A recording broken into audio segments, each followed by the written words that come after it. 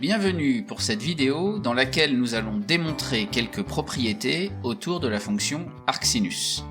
Le but est de commencer à manipuler cette fonction et de voir quelques raisonnements classiques. Les propriétés qui nous intéressent ici sont celles que nous avons déjà croisées dans la vidéo intitulée « La fonction arcsinus, le cours ». Donc commençons par la propriété numéro 1 qui annonçait que pour tout x dans l'intervalle -1, 1, cosinus du nombre arcsinus x est égal à racine carrée de 1 moins x carré. Donc si on voit cela géométriquement, donc lorsque l'on veut calculer ici le arcsinus de x, on place x dans -1 mais sur l'axe des ordonnées là, sur le cercle trigonométrique. Donc par exemple x est ici. On sait que arcsinus x va se lire ici côté droit du cercle parce que arcsinus de x est forcément un nombre entre moins pi sur 2 et pi sur 2. Et donc lorsqu'on cherche à calculer son cosinus, donc le cosinus du nombre arcsinus de x, c'est ce qu'on lit ici sur l'axe des abscisses. Donc on peut travailler dans le triangle rectangle qui est ici, et dans ce triangle rectangle, on peut appliquer le théorème de Pythagore et arriver petit à petit à montrer cette propriété-là. Alors là, ça s'appuie sur un raisonnement géométrique. On va faire une deuxième version qui est beaucoup plus classique et un peu plus rigoureuse. Donc pour cela, on va s'appuyer sur ce que l'on connaît de la fonction arcsinus, et on sait que sinus de arcsinus x est égal à x pour tout x dans -1. Et ça, c'est ce qui découle directement de la définition de arcsinus comme fonction réciproque de la fonction sinus. Et en s'appuyant également sur la propriété qui annonce que cos t le tout au carré plus sinus t le tout au carré est égal à 1 pour n'importe quelle réelle t. Donc si on prend t égale arcsinus de x, eh bien on va avoir ici dans cette formule, on va récupérer cosinus de arcsinus x le tout au carré plus sinus de arcsinus x le tout au carré est égal à 1. Et donc finalement, puisqu'on a dit que sinus de arcsinus x valait x, eh bien ici à droite, le sinus de arcsinus x, on va le remplacer par x et ça va nous donner x au carré. Et donc, on va pouvoir isoler cosinus du nombre arcsinus x le tout au carré égale 1 moins x au carré. Alors, si on avait appliqué le théorème de Pythagore dans la version précédente, on serait arrivé exactement à cette égalité-là, et c'est ici qu'il faut être assez rigoureux pour terminer le travail. En effet, si on a ici un nombre au carré égal autre chose, exactement comme lorsqu'on a t au carré est égal à 7, eh bien faut bien évidemment dire que t peut être égal à racine de 7, mais il faut pas oublier que t peut être aussi égal à moins racine de 7. Donc ici, pour cosinus de arcsinus x, c'est pareil, ça peut donner plus racine de 1 moins x carré, mais ça peut très bien donner moins racine de 1 moins x carré. Et donc il faut réussir à expliquer pourquoi en fait ça peut pas être moins et que ce sera forcément plus racine carrée de 1 moins x carré. Alors si on regarde bien, lorsqu'on voit là sur le cercle, mais ça repose sur la définition de la fonction arcsinus, eh bien arcsinus de x, c'est un nombre qui est tout le temps entre moins pi sur 2 et pi sur 2, et donc ici à droite sur le cercle trigonométrique, et pour n'importe quel point sur la partie droite justement du cercle, lorsqu'on calcule son cosinus, eh ben ça va se lire ici justement dans les x positifs, et donc forcément ça veut dire que le cosinus de arcsinus x est obligatoirement positif. Et donc si cosinus de arcsinus x est positif, forcément ça peut être que plus racine de 1 moins x carré. Donc là il faut bien comprendre que le point de départ c'était qu'on connaissait sinus de arcsinus x, et donc à partir de la valeur du sinus de ce nombre-là, on a été capable de calculer son cosinus. Et donc ça règle, si on veut, la démonstration de la première propriété. Maintenant, si on regarde la propriété numéro 2, en fait c'est la propriété qui traduit le fait que arcsinus est une fonction impaire. Donc précisément, pour x dans l'intervalle -1 à 1, arcsinus du nombre moins x, c'est égal à moins arcsinus x. Si on regarde encore géométriquement, alors démonstration c'est un bien grand mot, mais au moins on peut voir la signification sur le cercle, la signification de cette propriété-là. Donc si on se donne un x dans -1, comme on veut calculer arcsinus de x, on voit x comme un nombre ici sur l'axe des ordonnées, Donc là, par exemple, c'est à peu près 0,3. Quand on veut calculer son arc sinus, forcément, on va lire ici côté droit du cercle Trigo. Mais si on s'intéresse aussi à arc sinus du nombre moins x, il faut placer moins x sur l'axe des ordonnées. Donc si là x était à peu près 0,3 moins x, il est en dessous à peu près à moins 0,3. Et son arc sinus va se lire ici à droite, et là arc sinus de moins x est ici. Et là justement on voit, même si c'est pas une démonstration, mais on voit justement que l'angle qui correspond à arc sinus x, c'est l'angle qui va ici du trait horizontal rouge vers le trait du dessus, tandis que arc sinus de moins x, il va du trait rouge vers le trait noir d'en dessous.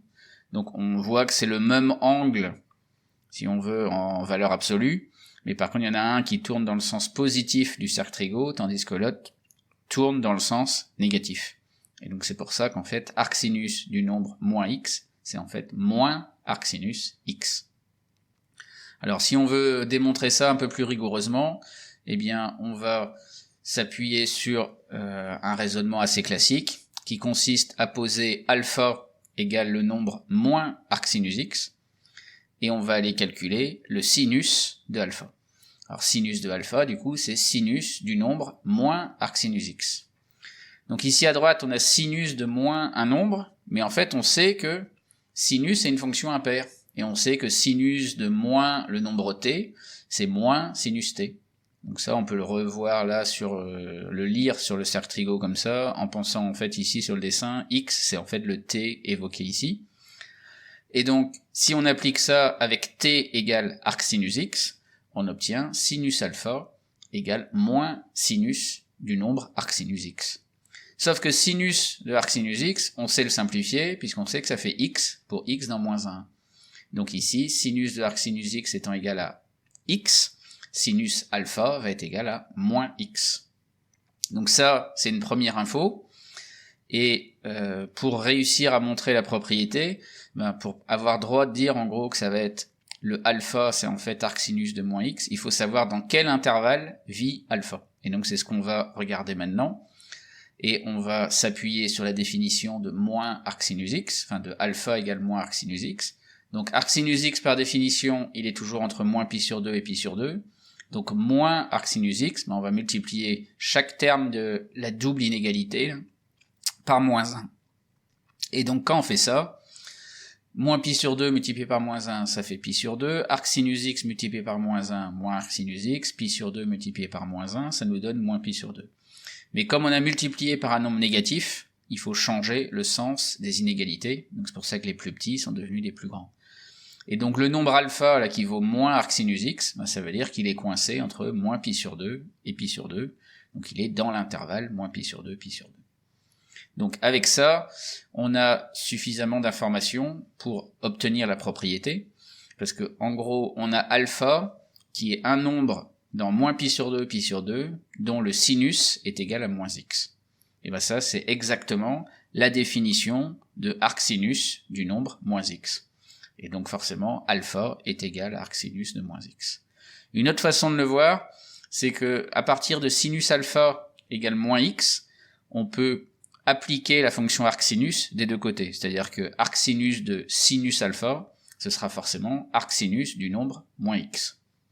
Et arc sinus de sinus alpha, on sait le simplifier, parce qu'on connaît la propriété qui annonce que arc sinus de sinus t, ça vaut t pour tout t dans moins pi sur 2, pi sur 2. Mais ici, comme on a vu que alpha était dans moins pi sur 2, pi sur 2, on peut lui appliquer cette propriété-là. Donc on peut faire t égale alpha, parce que alpha est dans le bon intervalle. Et dans ce cas-là, on sait qu'arc sinus de sinus alpha, ça fait alpha. Parce qu'alpha est dans moins pi sur 2, pi sur 2. Et donc ici, à gauche, on obtient en fait alpha, et ça fait alpha égale arc sinus du nombre moins x. Ce qui démontre la propriété qu'on avait là. Ensuite, pour ce qui est la propriété concernant la dérivée de la fonction arc sinus, donc l'idée essentielle c'est que la fonction est dérivable sur l'intervalle ouvert moins 1, 1, et que la formule de la dérivée est donnée par cette formule-ci. Alors il y a une façon de faire ça de façon générale pour la dérivée d'une fonction réciproque d'une fonction donnée. Le résultat c'est celui que je viens de faire apparaître ici. On peut appliquer ce résultat-là. Ça permet de montrer déjà que la fonction arc sinus est dérivable sur l'intervalle ouvert moins 1. et ça permet de redémontrer cette formule-là. Mais je vais insister juste un peu plus sur la formule de dérivation en admettant justement le premier résultat ici, et on va montrer que la dérivée de arcsinus calculée en x, c'est 1 sur racine de 1 moins x carré, mais sans passer par l'intermédiaire de la formule générale ici. Alors si on regarde de plus près, il faut en fait partir de la propriété qui est connue, qui dit que sinus de arcsinus x est égal à x pour tout x dans l'intervalle fermé moins 1. Donc forcément sur l'intervalle ouvert moins 1, on va pouvoir aussi dire que sinus du nombre arcsinus x est égal à x. Et donc en admettant qu'arcsinus est dérivable sur moins 1, on va pouvoir justement dériver cette égalité-là. C'est-à-dire qu'ici on a une fonction égale à une autre fonction, donc forcément la dérivée de la fonction de gauche va être égale à la dérivée de la fonction de droite. Donc pour dériver à droite, il suffira de dériver x, ça va pas être compliqué. Et pour dériver ce qui est à gauche, eh bien il faut voir qu'on a sinus d'une certaine fonction u, si on veut, avec la fonction u qui est la fonction arcsinus.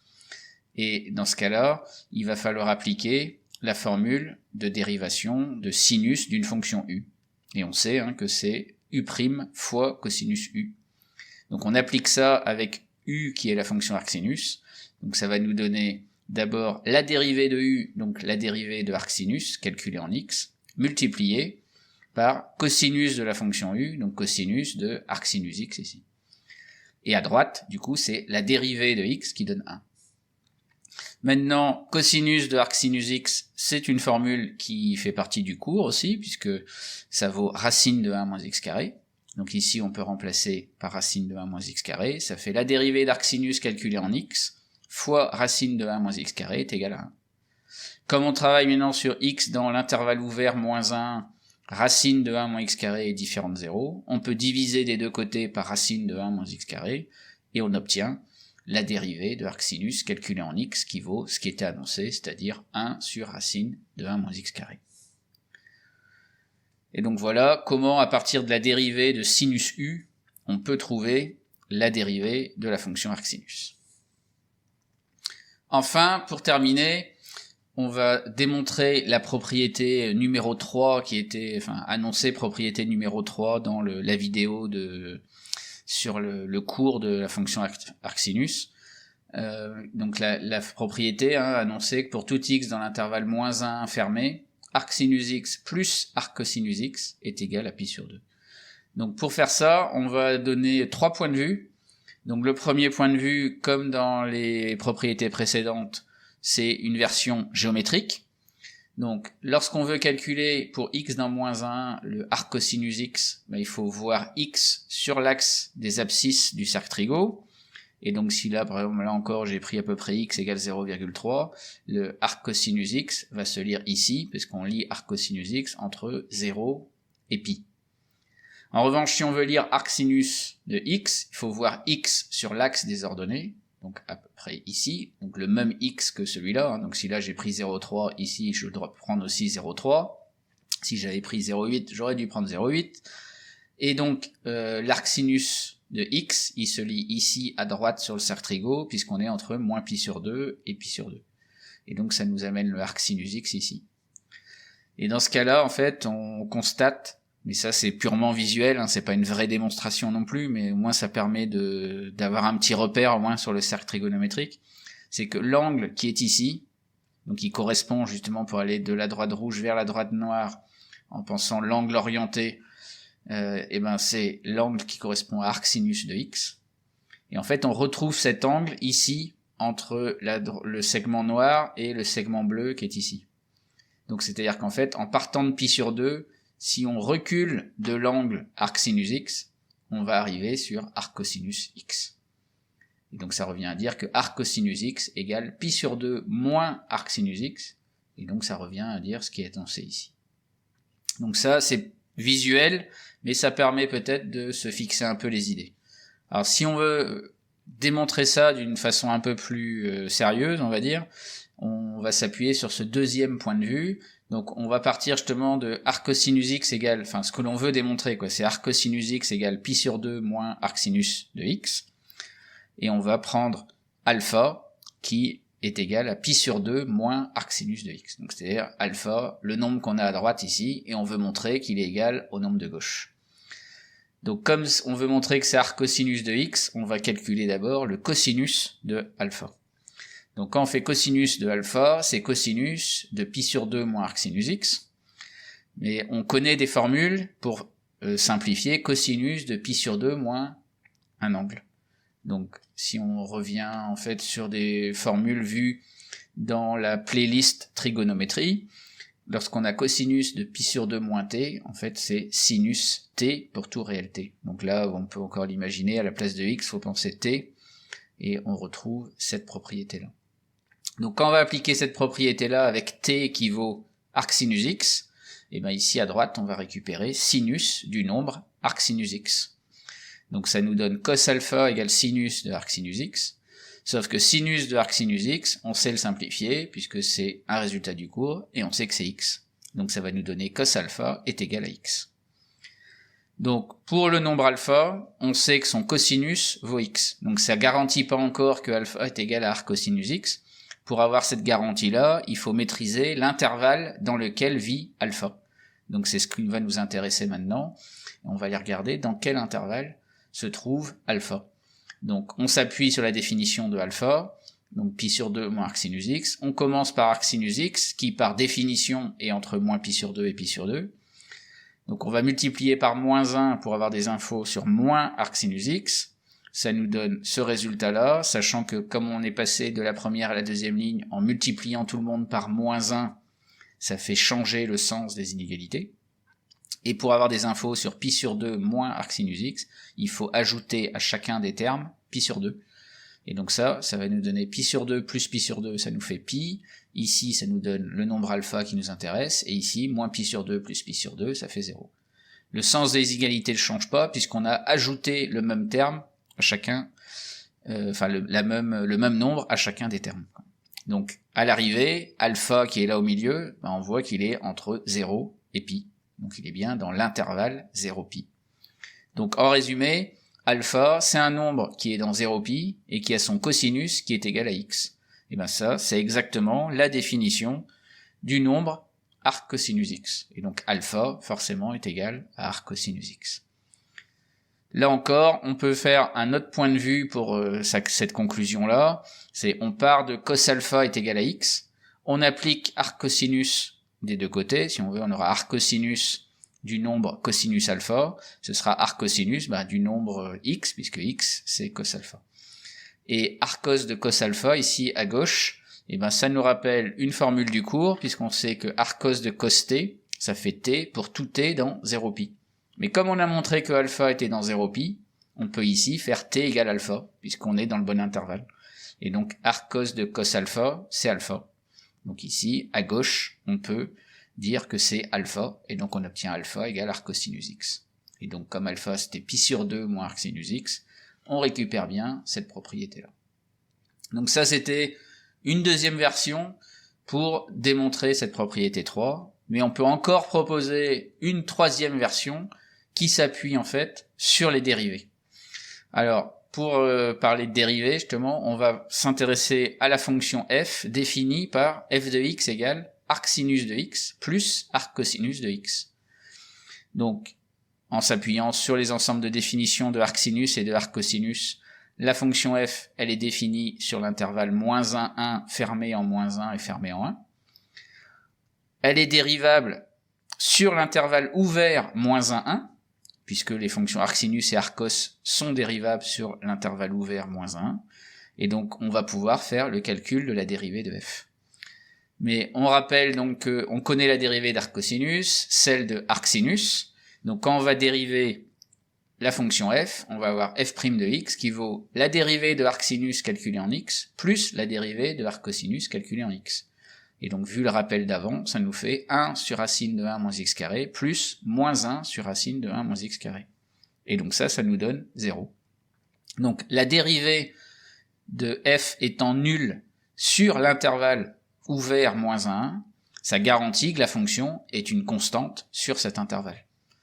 Et donc, si elle est constante, ça veut dire que pour n'importe quelle valeur de x, donc c'est entre moins 1 et 1, donc par exemple 1/2 ou 0, tout ça, en fait, quand on fera f de 0, ça fera le même résultat que f de 1/2, le même résultat que f de 1/3, etc.